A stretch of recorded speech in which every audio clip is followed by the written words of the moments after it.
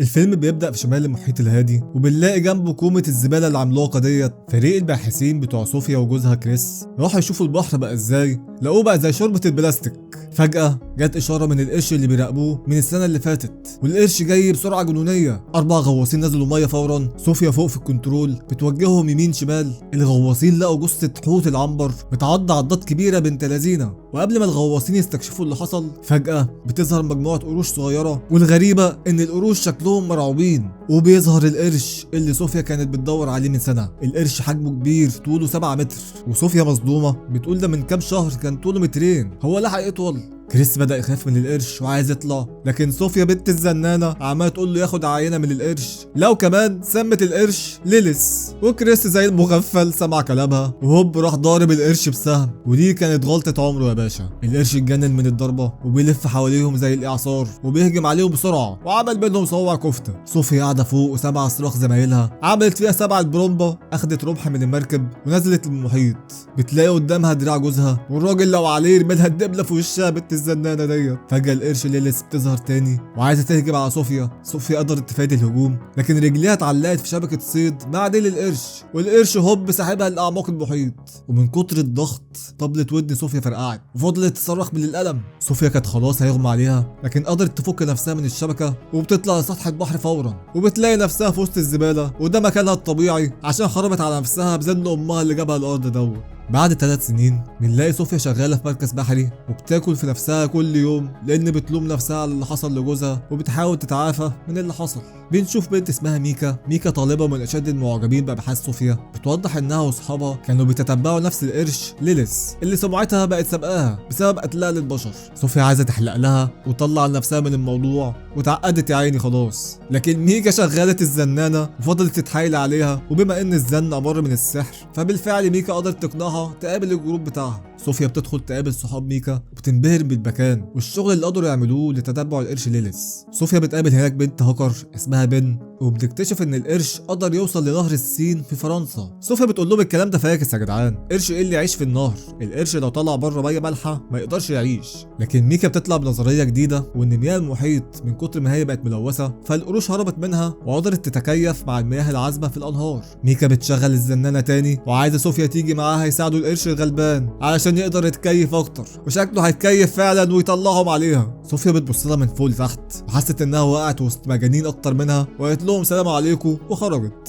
صوفيا بترجع البيت وعندها فضول تشوف القرش على جهاز التتبع، وبالفعل بتتاكد ان ليلس وصلت فرنسا. بنشوف البت ميكا المجنونه وصاحبتها بن الهاكر وهم في نهر السين وبيتمنوا يقابلوا القرش هناك، مستعجلين على موتهم يا المجنونه. بيركنوا تحت الكوبري وميكا بتنزل تعوم في النهر. بتلاقي في القاع عربيه قديمه وفيها عضات كبيره، وبتفهم ان القرش ليلس كانت هنا. في نفس الوقت بن بتلاقي ان في شرطه جايه ناحيتهم، فبتبدا تسحب الحبل عشان تنبه ميكا، لكن ميكا بتنفض لها وبتفك الحبل عشان تعرف تركز وتكمل تدوير على اي دليل يوصلها للقرش، لحد ما تحس ان في حاجه عملاقه بتلف وراها وقلبها وقع في رجليها. ميكا بتخاف وقالت يا روح ما بعدك روح، وطلعت تجري فوق السطح زي الصاروخ، والشرطه بتكون مستنياها وبتقبض عليهم وتوديهم القسم. تاني يوم الصبح في القسم بنلاقي ظابط اسمه عادل بيسأل ميكا كنت بتعملي ايه في النهر يا بنتي؟ قالت له كنت براقب قرش عايم في نهر السين. عادل بص لها كده بيقول لها فعلا احنا هنهزر ولا ايه؟ فجأة دخل ظابط تاني بيجري بيقول لهم يا جماعة في حالة طوارئ. في نفس الوقت صوفيا كانت واقفة جنب النهر وبتراقب الإشارة المربوطة بالقرش. بعد لحظات عادل وميكا راحوا لصوفيا قالوا لها في متشرد اتقطع حتت امبارح بالليل ووروها الجثة. صوفيا بصت وقالت دي أكيد ليلس. عادل خدهم كلهم لرئيس الشرطة، وصوفيا بتحاول تفهمها إن في قرش طوله 7 متر في النهر يا فندم. الست بتقول لهم مستحيل، انتوا بتخرفوا ولا ايه؟ لما التلاتة فضلوا يأكدوا إن فعلا في قرش قالت لهم طيب اثبتوا لي الأول. عادل وفريقه قرروا ينزلوا يدوروا على القرش بنفسهم. صوفيا بتزعق انا اقدر اراقبه بالجهاز وبلاش تنزلوا. البت يعني اتعقدت بعد ما كانت جريئه وبتنزل بنفسها، والظابط عادل مصمم ينزل بنفسه عشان ياخد صوره للقرش ويثبت وجوده في النهر. عادل وتيمو بيوصلوا لمكان التتبع ونزلوا يعوموا في النهر ويدوروا على القرش. اول حاجه شافوها سمكه كبيره ميته معضوضه من الجنب. في نفس الوقت ميكا شافتهم وكانت مفكره ان هم رايحين يقتلوا القرش الغلبان، وبتطلب من بن صاحبتها تقفل جهاز التتبع. بن متردده لكن بترضى خليها وتسمع كلامها. تحت الميه الغواصين حسوا بحاجه ضخمه بتلف حواليهم وقلبهم وقع في رجليهم وبيخافوا. صوفيا وعادل بينادوا يطلعوا فورا فورا لان الاشاره اختفت فجاه ومش عايزين حاجه تحصل لهم. الغواصين طلعوا وهم بيترعشوا بيوضحوا ان هم ما شافوش حاجه لكن حسوا بيها. عادل بيشوف تسجيل السونار وبيتاكد ان القرش كان هنا فعلا. وبنلاقي ميكا بالليل بتعمل لايف على انستا وتيك توك بتقول في قرش في نهر السين يا جماعه لازم ننقذه قبل ما يحصل له حاجه. بنت المجنونه. وفي الجهه الثانيه عادل وصوفيا ورئيسه الشرطه راحوا مكتب العمده لكن بيتضح ان في سباق عالمي بعد كام يوم والاف الناس من كل العالم هتعوم في النهر.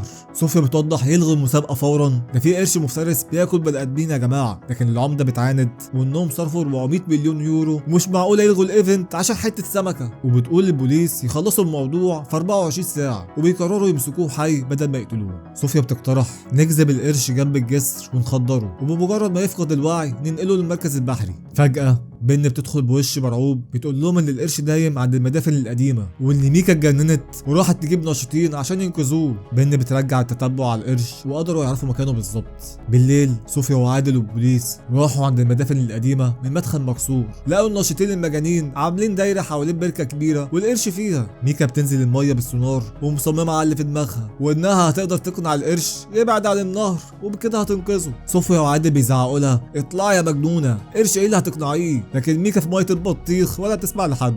فجأة زعنفة كبيرة بتبدأ تلف حواليها والناس مرعوبين. والمفاجأة بيظهر زعنفة تانية أصغر وبكده يلا بينا القرش ليلس ولدت. يا نهار أبيض يا جدعان. ميكا مسكت القرش الصغير بتحسس عليه وتلعبه بتقول للناس شوفوا يا جماعة كيوت ازاي. عادل بصلها بنت المجنونة دي بتعمل ايه وفهم ان الهجوم جاي. نط بسرعة ينقذها بيمسكها لكن هي بتزق. وفجأة ليلس بتنط من المية وبتبلع ميكا على مرة واحدة واخيرا ارتحنا من هبلها. الناس بدأت تجري وتزق بعضها وكذا ناشط وظباط بيقعوا في المية، اللي مات واللي دراعه طارت واللي رجله بتمشي لوحدها. بن بتتزحلق وبتقع في النهر بتحاول تطلع لكن حد بركبته بيخبطها في دماغها والبت يا عيني بتغرق. ليلس بتظهر تاني لكن بيتضح انها اكلت القرش اللي لسه والداه. يخرب بيت الجنان اللي بيحصل. بعد المجزرة اللي حصلت بينقلوا المصابين للمستشفى وبنشوف صوفيا وعادل راحوا يفحصوا القرش الصغير اللي مات وبيكتشفوا انها فعلا اتكيفت على المياه العذبة. صوفيا بتفتح بطن القرش الصغير بمشرط والمفاجأة هنا لقيت 10 عيال جواها. بتقول احيه ده ما بقالهاش شهر وخلفت، لو كمان بتخلف من غير جواز. صوفيا بتفهم ان ده بقى نوع جديد بيتكاثر لوحده. بتقول لعادل لازم نعمل حاجة، لو سيبناها تعيش هتملى المحيطات وهتخلص على الدنيا. بيروحوا جري للعمدة تاني بيوضحوا لها ان الوضع بقى كارثي لكن العمدة المجنونة مصممة مسابقة تكمل وهيتصرفوا ان شاء الله حتى لو ينزلوا الجيش لكن المسابقة ما تتلغاش. عادل وصوفيا اتعصبوا منها وقرروا يتصرفوا بنفسهم. جمعوا كل البوليس وجابوا خبراء متفجرات وقرروا يفجروا العش كله تحت الميه. عادل وصوفيا بيروحوا لاخر مكان شافوا فيه القرش. نزلوا هما والفريق معاهم مروحه وكشافات وسونار لكن اتصدموا لما لقوا الاف من القروش الصغيره بتلف في المكان. في نفس الوقت المسابقه قربت تبدا والعمده بتكلم الصحافه ان مفيش اي خطر وكله تمام التمام. السباحين المساكين صدقوها ونطوا في الميه. تحت الميه صوفيا والناس قدروا يزرعوا قنابل. الخبير الاول حاول يضغط على زر التفجير لكن ما لحقش لان القروش الصغيره هجمت عليه وقطعته. صوفيا بتقول لهم خليكوا هاديين لان دي الطريقه الوحيده انهم ما يتكشفوش. لكن الخبير التاني خاف وراح بسرعه يضغط على زر التفجير وقدر يفعل التفجير لكن القروش الصغيره انتبهت له وراحت واكلاه هو كمان. صوفيا شدت عادل بالمراحه وطلعوا في اللحظه الاخيره والقنبله فجرت كل القروش الصغيره. صوفيا وعادل بيقدروا يطلعوا لسطح النهر وصوفيا بتقرر ترجع تشوف اللي حصل. بتلاقي القرش ليلس طلعت من تحت الركام زي الوحش. صوفيا اترعبت وبتطلع بسرعه تحذر عادل والناس لكن القرش كان اسرع. قلبت المركبه في الهواء واكلت الكل واحد واحد وما فضلش غير صوفيا وعادل. ليلس سابتهم وبتقرر تروح على السباحين في المسابقه وتتسلى عليهم. المتسابقين مش مدين خوانه والقرش بيطلع عليهم وبدا يقطع فيهم. الجيش بيتدخل فورا وبيبدا يضرب نار عمال على بطال. صوفيا وعادل بيصرخوا بلاش بس صوتهم مش واصل وبيتضح ان كان في تحت النهر قنابل قديمه من ايام الحرب العالميه الثانيه والجيش بالغلط ضرب في القنابل ديت وتسبب ان الجسر اتفجر والميه طفحت بشكل كبير. وفي ثواني معدوده باريس كلها بتغرق وناس ماتت بالالاف. في الاخر صوفيا بتسحب عادل اللي فاقد الوعي وفجاه زعانف صغيره كتيره جدا بتلف حواليهم وبنشوف باريس غرقانه والقروش لسه جعانه.